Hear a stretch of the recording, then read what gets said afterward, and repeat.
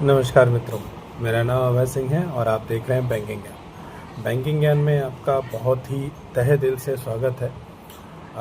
कुछ दिनों से हमारी कुछ वीडियो नहीं पढ़ पा रही थी, उसका कुछ कारण था, कुछ अपने टेक्निकल इशू थे। लेकिन इस बीच में वीडियो ना आने के बाद भी आप लोगों ने हमारा बहुत ही सपोर्ट किया, हमारे इस चैनल को बहुत ही साथ दिया अपना। और हमारे पहली जो माइलस्टोन होता है हमारे इस यूट्यूब में, वो आपने पार कराया। 1000 सब्सक्राइबर हमारे पूरे हो गए, जिसके लिए आप लोगों का तहे दिल से बहुत ही शुक्रिया करता हूं। और आगे भविष्य में भी आपका इसी तरह साथ चाहूँगा कि आप हमारे चैनल को इस तरह और सपोर्ट करें, ताकि हम अच्छी से अच्छी जानकारी अपने उन भाइयों के लिए लेते हैं कि जो बैंक से डरते हैं, मतलब बैंक में जाने से डरते हैं। ठीक है, ताकि उनको ये हमारे माध्यम से ये जानकारी मिले कि बैंक में कोई ऐसा चीज़ नहीं है कि आपको खा जाएगा वो। ठीक है, तो आप बैंक में जाके अपना आराम से सारा काम कर सकें, उसके लिए हम यह वीडियो बनाते हैं कि ताकि आपको कम समय में ज़्यादा जानकारी मिल जाए और बैंक के किसी भी कार्य से आपको डर ना लगे। ठीक, तो चलिए शुरू करते हैं। आज का जो हमारा टॉपिक है हमारे किसान भाइयों पे है, जो कि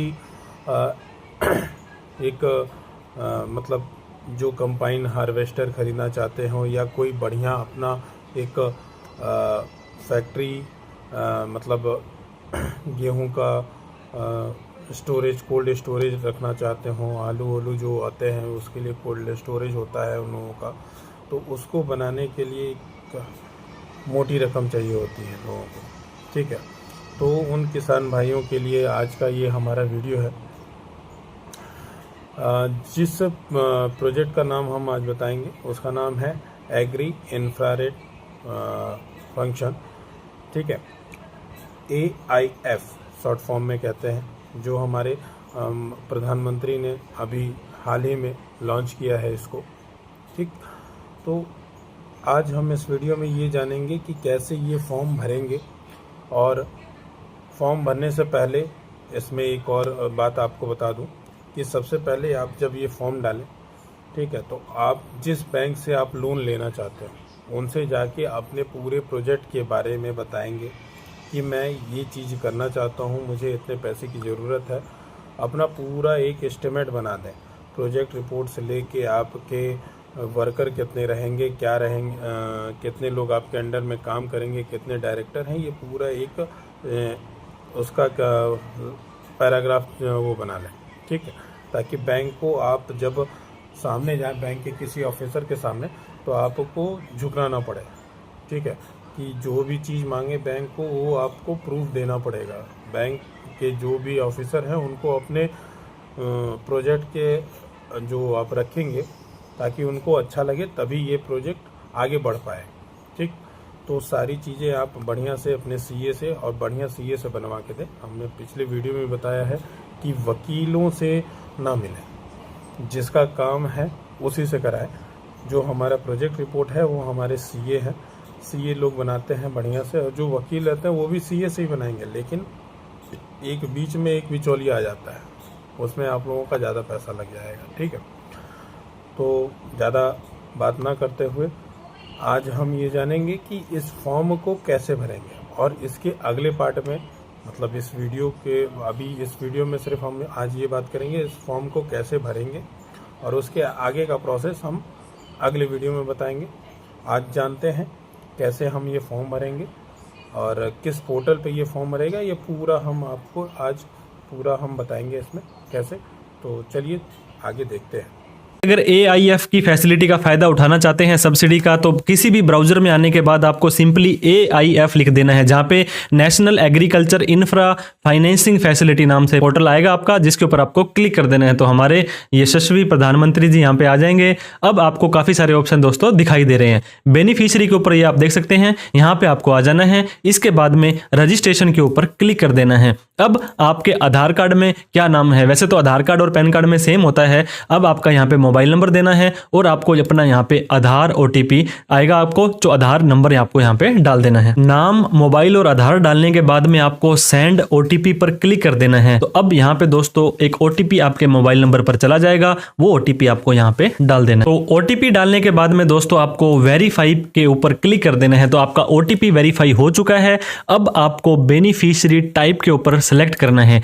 बेनिफिशियरी के अंदर दोस्तों यहाँ पे काफी सारे ऑप्शन आ रहे हैं, आप देख सकते हैं। एग्री प्रोड्यूस मार्केट कमेटी हो, अगर आप एग्री एंटरप्रेन्योर हो, अगर आप एक फार्मर हो तो फार्मर पर आ जाएगा। इसके अलावा कोई और भी आपकी अगर लगता है कि आपको इस कैटेगरी में आप आते हो तो आप वहां पे सेलेक्ट कर लें। हमने सिंपली फार्मर पर क्लिक कर लिया है। अब नेम ऑफ द कंपनी, दोस्तों अगर आपकी कंपनी का कोई नाम, फर्म का नाम नहीं बना हुआ है तो आप सिंपली अपना नाम भी यहाँ पे डाल सकते हैं।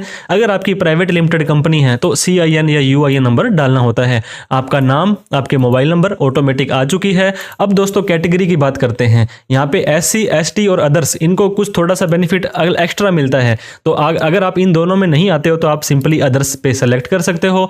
अब जेंडर पर आना है, जेंडर मेल फीमेल या अदर्स, तो आपको अपना जेंडर सेलेक्ट कर लेना है। अब आपको अपनी ईमेल आईडी यहाँ पे डाल देनी है। अब आपको इस बॉक्स के अंदर अपना एड्रेस लिख देना है जो आपकी आईडी के ऊपर है। इसके बाद में आपको अपना सेलेक्ट कर लेना है स्टेट। इसके बाद में दोस्तों आपको अपना सेलेक्ट करना है डिस्ट्रिक्ट। डिस्ट्रिक्ट सेलेक्ट करने के बाद में दोस्तों आपको अपना विलेज सेलेक्ट करना है, जो भी इस लिस्ट के अंदर आपका विलेज आ रहा होगा। सारा का सारा एड्रेस डालने के बाद में आपको अब लास्ट के अंदर सबमिट बटन के ऊपर क्लिक कर देना है। थोड़ा सा ये लोड ले सकता है, गवर्नमेंट का पोर्टल है। अब आपका दोस्तों रजिस्ट्रेशन सक्सेसफुल हो जाने वाला है। तो दोस्तों आप ये देख सकते हैं रजिस्ट्रेशन सक्सेसफुल हो चुका है। Congratulation, your beneficiary account has been successfully created. और बेनिफिशियरी नंबर जो आपको दिया गया है ये नंबर आपको नोट कर लेना है। ये जो बेनिफिशियरी रजिस्ट्रेशन नंबर है दोस्तों, ये आपका यूजर नेम की तरह काम करेगा और जो पासवर्ड है वो आपको अपने मोबाइल नंबर पर एक टेक्स्ट मैसेज के तौर पर आएगा। तो आप इसका स्क्रीनशॉट या फोटो लेकर के रख लें ताकि इन फ्यूचर में बार बार आपको कई बार लॉगिन करना पड़ता है तो आपको ये काम आ जाएगा। अब दोस्तों आपको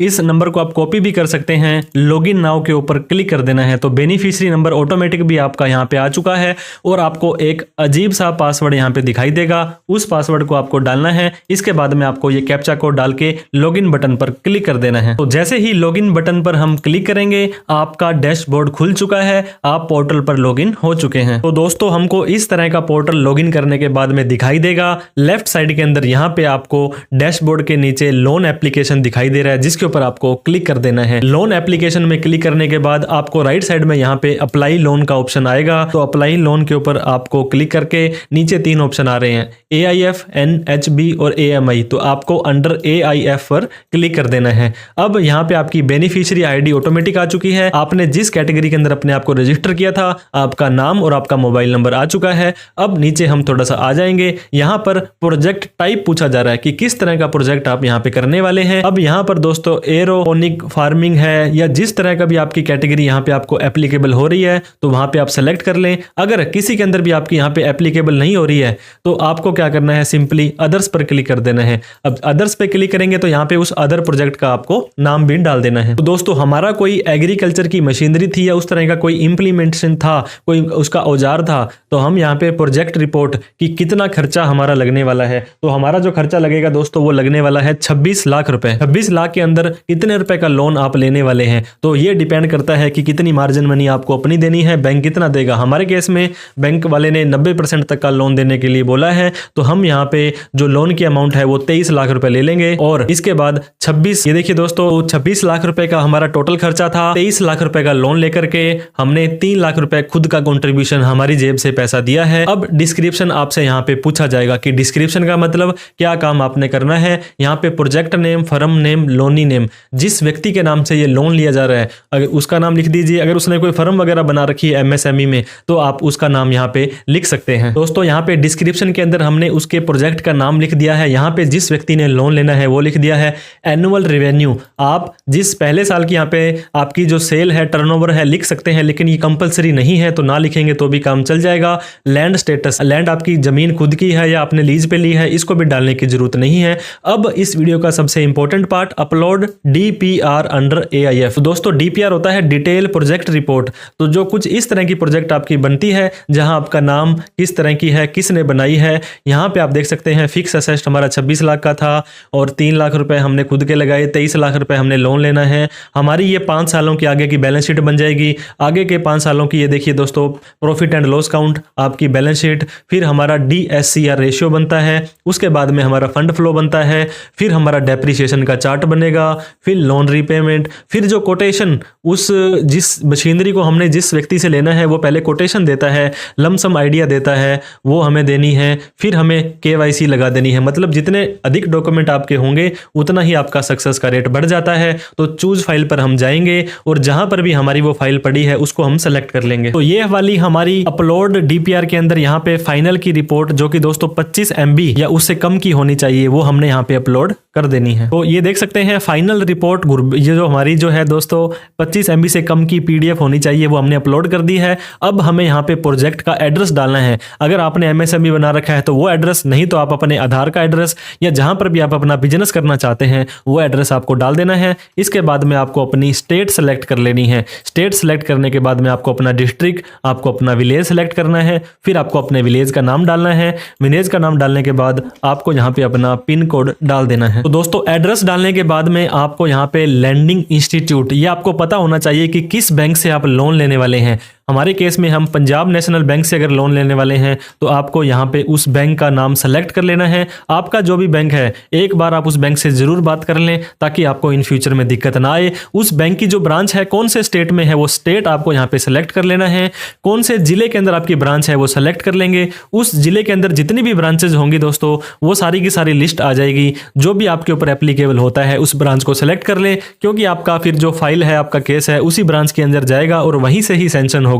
इसको थोड़ा सा आपको सावधानी से करना है। इसके बाद में टर्म आपका जो है कितने साल का लोन आपने करवाना है। यूजुअली 5 साल का होता है, 6 साल, 7 साल, जैसे आपकी और बैंक वालों की अंडरस्टैंडिंग होती है उसके हिसाब से आपको ये सेलेक्ट कर लेना है। महीने हैं तो आप महीने भी सेलेक्ट कर सकते हैं। इसके बाद में आप दोस्तों सेव एज ड्राफ्ट कर लें तो टाइम के बाद आपका डाटा सेव होता रहेगा। आप डायरेक्ट सबमिट बटन पर भी क्लिक कर सकते हैं जिससे कि आपकी फाइल डायरेक्ट सबमिट भी हो जाने वाली है। तो जैसे ही हम इसको सेव ड्राफ्ट करेंगे, loan application saved as draft, इस तरह का ऑप्शन आ जाएगा। हम फिर से लास्ट में आने के बाद में यहाँ पे अब हमें सबमिट बटन के ऊपर क्लिक कर देना है। तो जैसे ही हम सबमिट बटन के ऊपर क्लिक करेंगे थोड़ा सा लोड ये ले सकता है। गवर्नमेंट ऑफ इंडिया, भारत सरकार की ये वेबसाइट है। इसमें आप देख सकते हैं दोस्तों आपका जो इंटरेस्ट रेट है ऑटोमेटिक यहाँ पे आता है और 3% घटाने के बाद में जो इंटरेस्ट रेट आपको लगने वाला है, इफेक्टिव इंटरेस्ट रेट, वो आपको यहाँ पर आ जाने वाला है। अब आप ये देख सकते हैं लोन एप्लीकेशन यहाँ पे सबमिटेड आ रहा है। इसका क्या मतलब हुआ दोस्तों कि आपकी फाइल तो सबमिट हो चुकी है,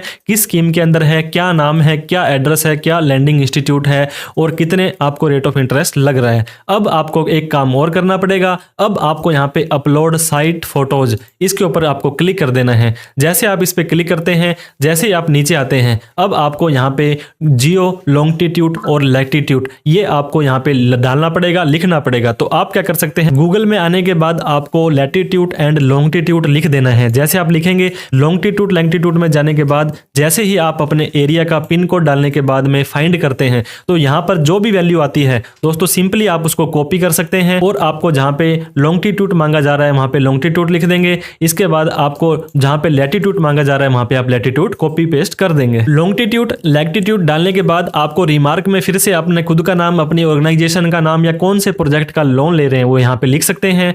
फिर आपको फोटो किस तारीख को ली है, जिस दिन आप अपनी अप्लाई कर रहे हैं उसी दिन ही आप यहाँ पे अपनी फोटो ले सकते हैं। अब अपलोड फोटो पे जैसे आप क्लिक करेंगे तो दोस्तों JPEG फॉर्मेट होगा आपका, वो एक्सेप्ट किया जाएगा और यहाँ पर आपको कौन सी फोटोज देनी है। अगर आपने नया काम किया है तो आपको यहाँ पे अपने किस चीज की, आप अपने KYC वगैरह की फोटो दे सकते हैं। अदरवाइज आपका पहले कोई काम चल रहा है तो आप अपनी कंबाइन की या किसी भी तरह की मशीनरी की, एग्रीकल्चर लैंड की फोटो आप यहाँ पे सेलेक्ट कर सकते हैं। तो अब यहाँ पे दोस्तों आपको फोटो सेलेक्ट कर लेनी है। ये सेलेक्ट करने के बाद में फिर से आपको सबमिट बटन के ऊपर क्लिक कर देना है। अब ये बोलता है loan application geo tag photo uploaded successfully हो चुकी है। अब आप क्या कर सकते हैं, वैसे तो आपको बैंक की तरफ से ऑटोमेटिक फोन आ जाएगा क्योंकि कुछ ही टाइम में, सेम डे में ही आपकी ये प्रोफाइल है जो बैंक के पास पहुंच जाती है। नहीं भी पहुंचती तो इस एप्लीकेशन का स्टेटस आप इसकी फोटो खींच करके आप बैंक में विजिट कर सकते हैं। यहां पर इस PDF को डाउनलोड करके बैंक वालों से विजिट कर सकते हैं। फिर जब भी आपका लोन होगा तो दोस्तों 3% की सब्सिडी आपको मिल जाने वाली है। तो